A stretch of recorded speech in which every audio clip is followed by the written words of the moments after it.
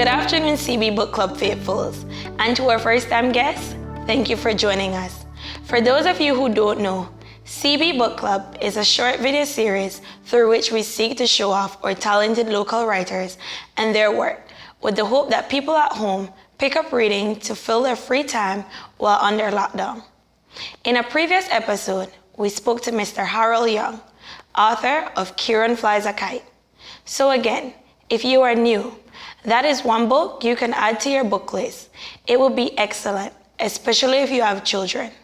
You can read it to them and help us preserve the cultural tradition of kite making and flying. When Mr. Young was with us, he recommended that we feature the book Penguin by Belizean's very own Ivory. Well, we do what we're told, and so we're very happy to welcome her to our show as today's featured artist. Welcome to CB Book Club, Miss Kelly. Thank you very much, Danielle. Appreciate it. Miss Kelly, you have been recommended by multiple of our past features. Are you some kind of local celebrity writer? I don't know, but I do feel blessed that I was able to, when I launched Penguin last July, to have been able to take advantage of social media as a marketing platform. And so I suppose it did allow me to reach a wide audience, and I feel very blessed about that. Thank you, Harold. I appreciate it, and all the others. Since everybody seems to know a lot about you, can you please tell the people who weren't so fortunate a little bit about yourself? Okay, I suppose I will start from the present. I am a mother and also a lifelong educator. I have one daughter who's turning 24 this year. And I teach currently at the University of Belize. I teach college composition courses, sometimes one or two literature courses, and creative writing. Prior to teaching at UP, I taught high school English for a number of years, and I taught primary school for about 12 years.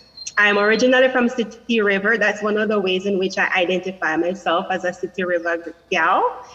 Born and raised in City River, and then partially raised in Belize City after moving there at the age of 11 to finish primary school and attend high school. So I'm a hybrid village city gal. That's good to know. So after we've learned now that you are a English major, can you tell us what writing is? What does writing mean to you? Is it your livelihood? No, it is not. Mostly it's a hobby, and it is one of the means by which I think I get in touch with my creative self. Everybody has a creative side. Everybody has that one primary talent or recreation that allows him or her, I believe, to get in touch with his or her soul. And for me, writing serves the purpose of allowing me to really get in touch with my inner thoughts and just to connect with myself and to connect with other people and with ideas. It has been one of my favorite pastimes forever since I was little. Reading and writing, they go hand in hand. And so it's a creative outlet for me. And it also is a hobby that I pursue parallel to teaching. So Miss Kelly, I saw an interview that you did, and you basically was saying how challenging this book specifically was for you, having to translate English into Creole. And so what goes into writing a book, specifically Penguin? And on average, how long does it take to write a book? Well, this particular book is what one might describe as a slim volume. It is a collection of short stories, but only two short stories, two relatively long short stories. The first one runs about 24 pages and the other one about 15 or so pages. And they are fictional stories. And so really it's difficult to say how long each story took me to write, because both of them I started writing 10 years ago when I was in grad school. And then I wrote both of them really as school projects, class projects, because I did my master's degree in creative writing in English with a concentration in creative writing. And so I initially wrote both stories in 2010 to fulfill class assignments, and my master's thesis, like both of them, I think, were included in that collection. Well, one of them actually. And then I set them aside. And then about a year and a half or so, I returned to each one to seriously edit it, because writing, as they say, is rewriting, and really the crafting takes place when you're going over the story and molding it into what potentials the story have for conveying certain themes, certain messages. So it was an off and on project. And then in January of last year, it was that I decided to, the two stories that are in Penguin, I should say, for a little bit of context, are two of a collection of 13 short stories that I completed last January. And I started to shop that collection to potential publishers. Have not yet been successful in doing so, but in the meantime, because as I remember hearing Ian rightfully say this morning, in the interview he did last week, I listened to it this morning. Wonderful interview, Ian Vasquez. Getting published is hard work. If you're lucky, you can get a book picked up very soon, but on an average, it takes a long time. And so while I was and am in the process of trying to find a publisher for that collection of short stories, which would have been my second book, I decided to take two of the stories that are in that collection and to compile them into a slim volume. Because the two stories, Stillborn and Dear Editor, echo off each other. I discovered that really almost accidentally almost. It occurred to me 10 years after writing those stories, and in the process of editing them, I realized that they echoed off each other in many significant ways. Both of them are about babies and about family life, about some of the travails of motherhood, single motherhood, as well as maternity and childcare, that kind of thing. I also made it into a cultural project, a Creole language project. At the time, I was in the process of teaching myself to read and write in Creole. And I thought that would be a wonderful opportunity to get some real practice in writing Creole by taking the longer of the two stories, the 24-page one, and translating it into Belize Creole and applying the tools and the skills that I had at my disposal, thanks to the Creole Dictionary, thanks to friends like my colleague Sylvana Odds and others who encouraged me on my Creole self-teaching journey. And so it became an important language cultural project, as well as, I think, a collection of two very intriguing short stories. And so, Penguin, the name of the book, can you share with our audience why name the book that way, and what is Penguin? Where did that come from? Good. Penguin happens to be a word that is used in the short story Stillborn. It is one of those beautiful Creole onomatopoeias. So really it is the sound that is made when an object, especially a metallic object, falls to the floor. If you have a pan in your hand, you drop it onto the floor, it will make what sound? Fingering. So literally it is a sound, it's an onomatopoeia. But also figuratively, fingering refers to an upheaval, right? Or some things going awry.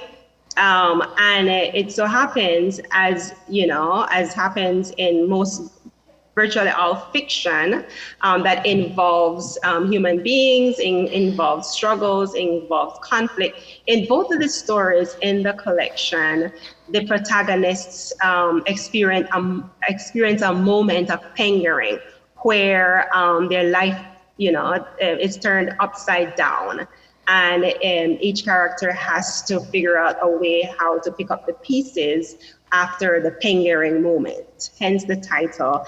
And because, like I mentioned earlier, this project was for me an important Creole language writing and celebration project, I felt that it was very appropriate to name the book a Creole word. And my publisher, Yasser Musa from the Image Factory, who is my publisher, he loved the idea and he decided that to incorporate the word into the design of the book. And I could not argue. It's a great idea. So yes, it's a Creole word that I think I am helping to research, because a lot of young people, like in my daughter's generation, didn't know that word at all. So hopefully we're bringing it back. What was the message that you wanted to impart on them after reading the book? Very good. So let me start with the first story, Stillborn. Stillborn is about this young woman, Diana. The protagonist is Diana, who is a young woman in her early 20s. She's originally from Esperanza. She is from Esperanza Village, and she is attending college in the States. And she meets a fellow student who is also from the Caribbean. They fall in love, and one thing leads to another.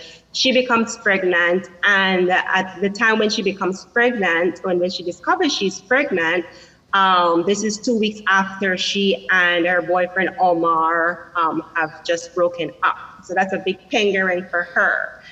And a large part of the story revolves around Diana having to come to a decision as to what to do about the fact that she's pregnant with Omar's baby, and Omar is no longer in her life. Does she let him back into her life? What does she do in terms of deciding to what extent Omar is going to participate in the life of the child? And I don't want to give away too much because I do want those who have not yet read the story to be able to read it and to enjoy whatever surprises lie therein. But that is one of the struggles and the big decisions that Diana has to make. Because Omar has been acting up and has been displaying certain characteristics that are questionable in a potential father, and so Diana has to decide whether she's going to let him into the child's life when the child is born or not. And so it is, I think, a very contemporary. It is an age-old as well as a contemporary story, and one that we in all modern societies can definitely relate to. Because bringing it home to Belize, for example, we do have a lot of instances of mothers having to raise children on their own for one reason or the other, and there are a lot of consequences involved with absentee fathers or less than ideal relationships, love and family relationships when a child is involved. So I think it in reading the story, there's a lot to chew on, and there's a lot to contemplate in terms of the decision that Diana makes. It's a very morally ambiguous decision. Did she make the right choice? Is it the right choice for her, or is it for the baby? And so at the end of the story, there's most people who have read the story have, indicated to me like, wow, I did not expect that. It's a very surprising ending, and I think a deliciously surprising ending, if I may say so myself. So certainly that one can look forward to. Very interesting. And so, as we know that Penguin is a celebrity book in your collection, we do know that you have other works. Can you tell us about those? Yes, very quickly, I just want to mention too that the second story in Penguin is called Dear Editor, and that story is based on an actual happening in 2008 in Punta Gorda when a young mother goes to have her baby at the hospital, and due to a number of very unfortunate circumstances, the baby ends up suffering damage, injuries during birth, and ends up dying. The actual story took place in 2008, and I wrote this fictionalized version in order to just to show some of the conditions that existed and still exist in our healthcare system, and some of the struggles that poor working class families have to contend with in our healthcare system. And so then prior to Penguin, my first book is a collection of poems and short stories titled Point of Order. And the 4 short stories contained in that are also very Belize centered. And there are 34 short poems of different themes. And I'm pleased to say that the many readers who have interacted with Point of Order over the years, including students, college and high school students, have found a lot of delight in reading those poems. So, Ms. Kelly, how can we get access to these books? Where can we purchase them? Penguin is currently available on Amazon in paperback. And here in Belize, both Penguin and Point of Order are available in paperback at Brody's on Albert Street. And at this time, while we're on lockdown, I believe that Brody's will reopen next week and is one of the stores that that's open for purchase of essentials. And a book can be, tucked into your pocket as well. And at Baker's in Belmopan also, both of my books are available. The Image Factory, my publisher on Northfront Street, carries Penguin. Those are my 3 main outlets: Brody's, Baker's, and the Image Factory. And then from me as well. So finally, as our tradition on our show, can you share a few must-read books by Belizean authors? A few must-read. In addition to Penguin and Point of Order, of course, I have to be a little selfish. Thank you for the opportunity. I highly recommend, especially the recently published Belizean books. And my good friend Shantega's book-length poem. It was just released a couple of months ago. And Cathy Esquivel's novel, Benji, as well as Sharon Mejia's collection of poems in Creole and English and Creole, authentic. By authentic Creole, I mean using the standardized Creole spelling system as does Penguin. That's definitely one to read. And a beautiful collection of poems, which was published last June, Poetic Narcotics by the Spoken Word 501 crew. Those are some that come to my mind readily. I am a huge advocate of Belizean literature, and yes, there are oodles and oodles of books, from all over. One has, endless choices, but I strongly advocate that we read our own and, just enjoy and appreciate and promote our own, and to really learn to see the beauty in what we produce, including our writings. Thank you very, very much for your time, Ms. Kelly. We're proud of what you've been able to accomplish, and even more proud of your commitment to contribution to cultural preservation by the way of your work. Keep it up and take care. Danielle, thank you, Colorblind. I admire your work. Thank you. Thank you so much. Viewers, thanks once again for tuning into CB Book Club. Remember, we have an open invitation for any Belizean author who wishes to join us just send us an email to info@colorblind.bz and someone will reach out to you. Until we see you again, goodbye, keep safe, keep inside.